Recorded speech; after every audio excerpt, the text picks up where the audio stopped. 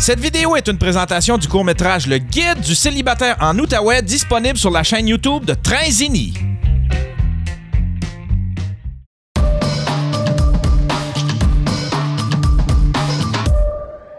Si j'ai un conseil à te donner, là, puis je le donne souvent, ce conseil-là, là, en humour, là, t'es aussi bien...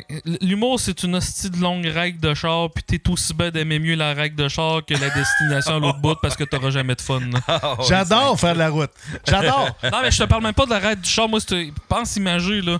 Tu sais, t'as la route du succès, là, t'es aussi bien d'aimer mieux la route que le succès Non, parce que tu vas... Je suis heureux et plein de gratitude pour ça. Non, je sais, mais tu sais, faut pas... T'as de l'air sur ton X, pareil. T'as de l'air d'un gars sur ton X. C'est malade. Jamais j'aurais pensé que ça allait me nourrir autant. Je savais que ça allait me nourrir.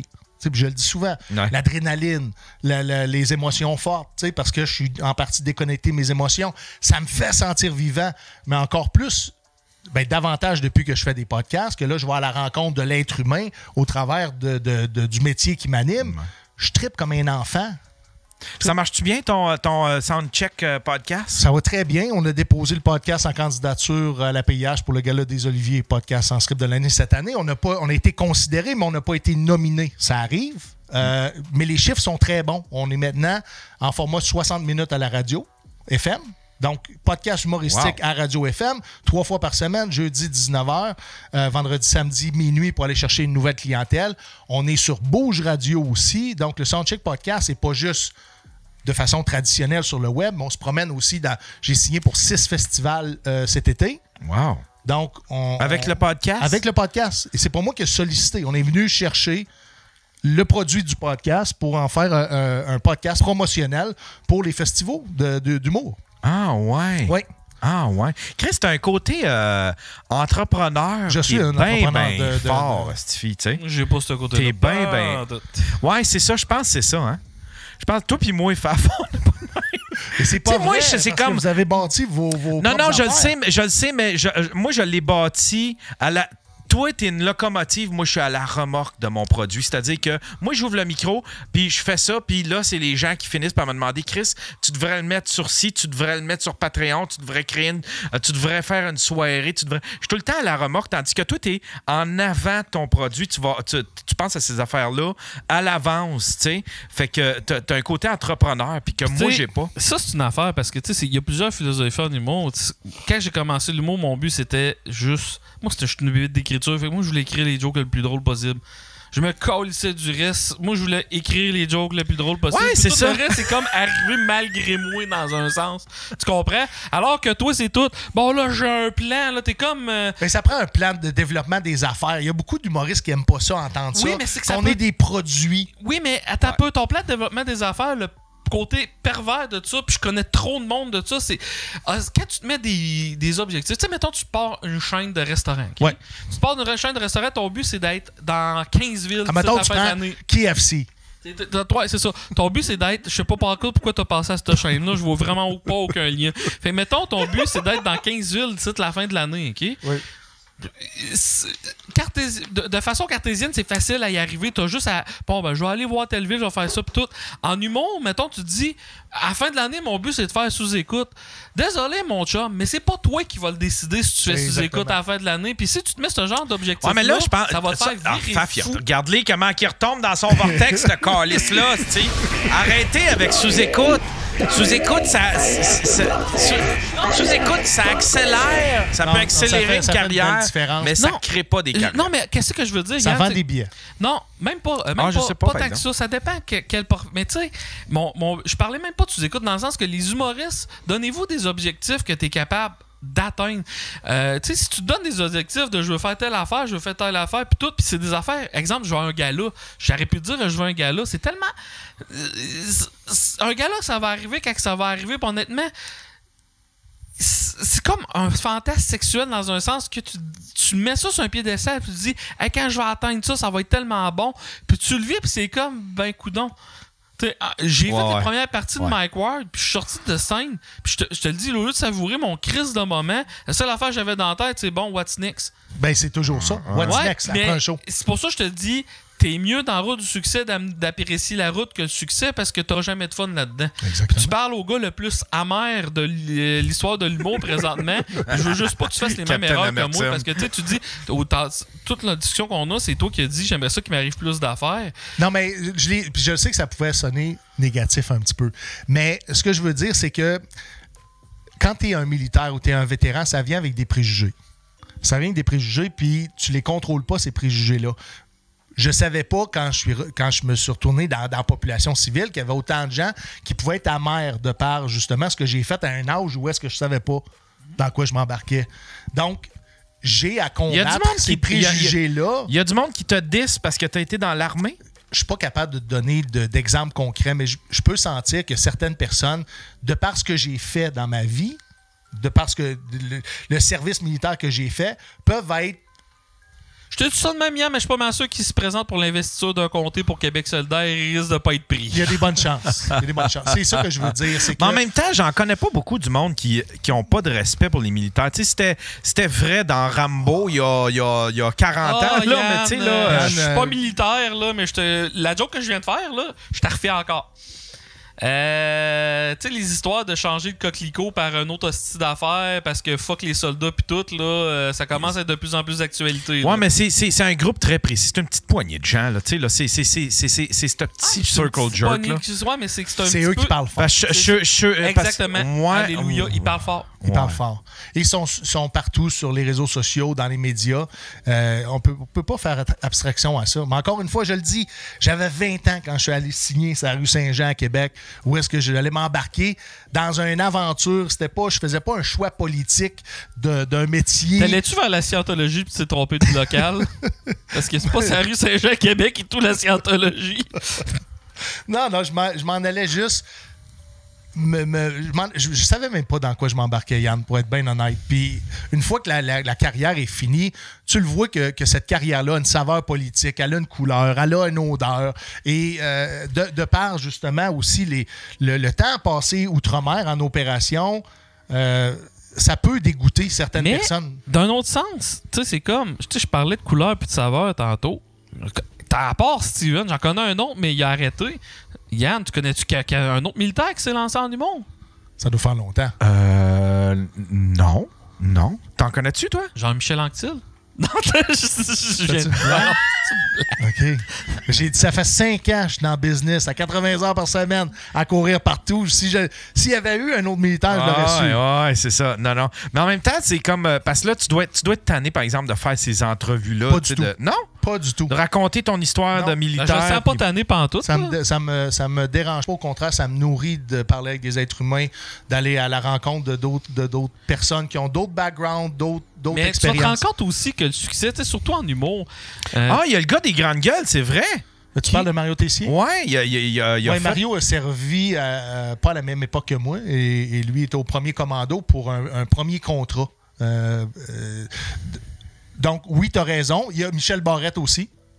Ah ouais? Oui, Michel Barrette a servi. Je sais pas si c'était... Ils sont-tu déjà crossés dans des tanks, eux autres? C'est sûr que ces gars-là se sont crossés autant que moi. OK? C'est certain. Mais... ce que je veux dire, mais tu sais, ça n'est une méchante belle saveur dans un sens présentement. C'en est une. Elle va être payante. Mais au début, surtout quand tu t'en vas jouer dans des places un petit peu plus engagées, ben c'est là où est-ce que tu peux essuyer peut-être des personnes qui sont moins confortables avec ce que tu as fait. Mais je pense à tous les hosties d'acteurs, mettons, qui n'ont jamais fait un show d'humour de leur vie, puis qui s'engagent les writers, puis qui partent en tournée. Il y en a eu plein là, au Québec, on va être honnête. Là, Yann, Fabien, c'était pas ça. Mais tu sais, c'est que toi, tu vas être capable de te servir. T'as une chance. Non seulement tu as un talent en humour, mais tu as une hostie d'histoire de vie de fou braque, ce que pas grand personne ont. Fait que toi, si, mettons, ton histoire de vie te rend populaire puis que tu veux faire de l'humour en même temps et tout, contrairement à tous ceux-là qui ont eu la chance d'avoir, je dis chance, mais qui ont eu une histoire de vie puis qui ont été capables de se rendre à une certaine popularité à cause de tout ça, mais contrairement à eux autres, toi, tu vas y torcher côté humour. Fait que tu vas être capable de monter à cause des deux, bref. C'est ce que je veux. Au travers des médias traditionnels, ceux qui sont les médias du web, ce que je veux, c'est me faire découvrir comme personne qui viennent voir mes spectacles, puis après ça, ils vont être convaincus. C'est un asti de bon hook, en tout cas. Tu sais, là, t'envoies, admettons, parce que t'as de l'air d'un gars qui envoie des communiqués de presse, puis, tu sais... oui, je fais ça. C'est exactement. Ouais. C'est un asti de bon hook. Communiqué de quoi? Communiqué de presse. Si tu veux aller dans les médias et parler... Quand t'es sérieux à propos de ta patente, t'envoies des communiqués de presse. C'est pas ça que ça sert un gérant. Oui. Mais tu sais, ça doit hameçonner le monde. Tu sais, ça se présente bien de dire c'est un ancien militaire qui a changé sa vie, qui est rendu humoriste. Tu sais, ça c'est un catchphrase. Ils savent que c'est un catchphrase. Là, puis tu vas avoir des affaires à raconter. Fait qu'effectivement, ça c'est quelque chose sur lequel tu peux capitaliser bien en masse. Et je pense que j'ai fait très bien dans les dernières années. Oui, c'est ça. Peux-tu changer? Excuse-moi. C'est quoi ta deuxième question? Vas-y. Ouais, non, il y a un sujet. J'en ai une pour toi aussi. Ah ouais? Oui. OK. Ben, je veux... Fais attention avec ta question. En réalité, tu penses quoi des ballons chinois? Les ballons chinois? Ben, c'est pas d'hier que le Canada subit de l'espionnage. Moi, je veux vraiment qu'on se fait picosser. On est dans une cour de récréation, puis on se fait picosser. On se fait picosser. Qu'est-ce qu'on vaut sur l'échelle mondiale? On vaut pas grand-chose. On voit une coupe d'ours polaires qui sont en train de... Mais de toute façon, territoire qu'on n'est pas capable de défendre. Mais de toute façon, c'est tellement ridicule parce que les experts, ils le disent. Tu sais, ces ballons-là sont jamais aussi performants que les satellites que les Chinois y ont. Ça sert à rien d'envoyer... C'est pas des ballons pour espionner, c'est des ballons pour tester... Notre réaction? Tester des réactions, d'après moi. Ou c'est un psyops des États-Unis qui veulent faire passer le blâme sur les Chinois. Mais tu sais, c'est pas... Arrêtez avec ça, ils nous espionnent avec ces ballons-là. Ces ballons-là sont moins performants que tous les satellites que les Chinois ont déjà, puis toutes les technologies, là, tu sais, là... Mais question, qu'on tient dans nos mains.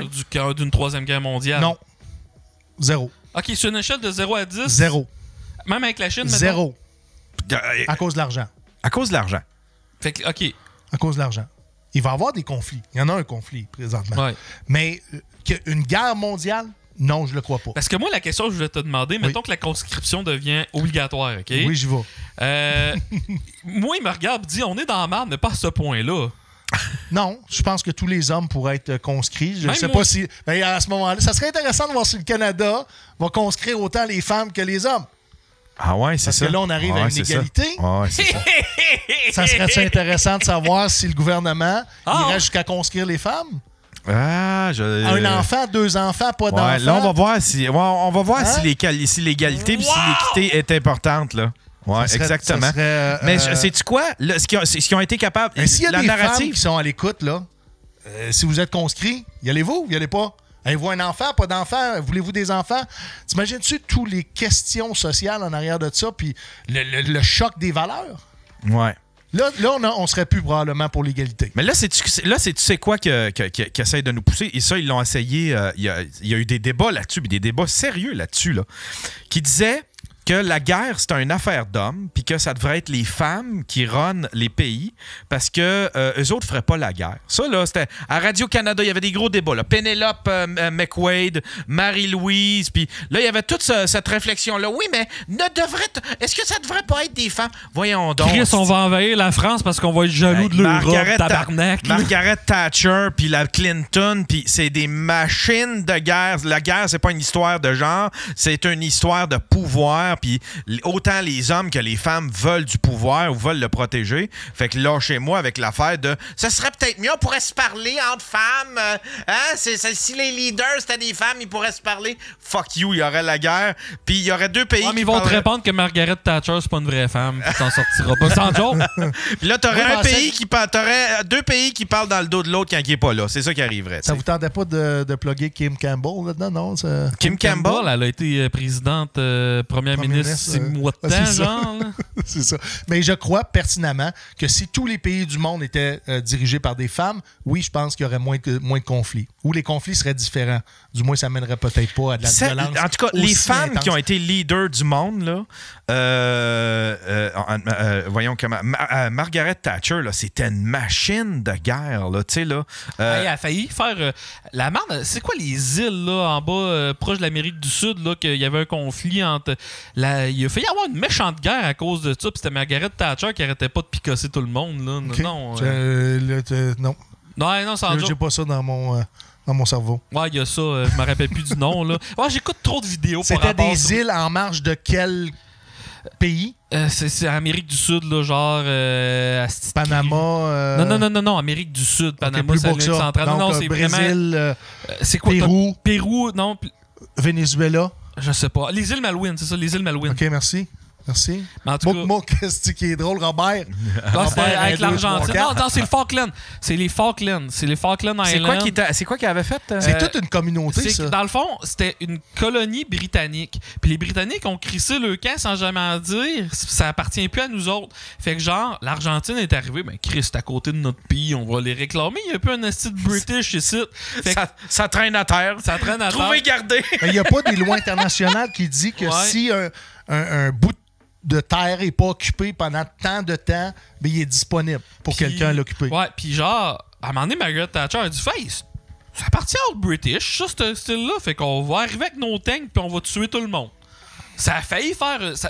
Chris contre l'Argentine. Non, l'Argentine a cherché des alliés dans la guerre puis tout, puis ça avait failli pogner la merde à cause de ça. Là, fait que c'est ça. C'est Margaret Thatcher. Ouais, c'est ça. Les femmes veulent autant... Les femmes veulent du territoire, ils veulent du pouvoir, autant que les hommes. Ça n'a rien à voir, la violence. La violence vient c'est ça, tu sais, vient avec le pouvoir, l'argent, puis l'espèce de quête de territoire, puis c'est dans l'homme, c'est dans l'humain, c'est non pas dans un genre, la violence, là, tu sais, là.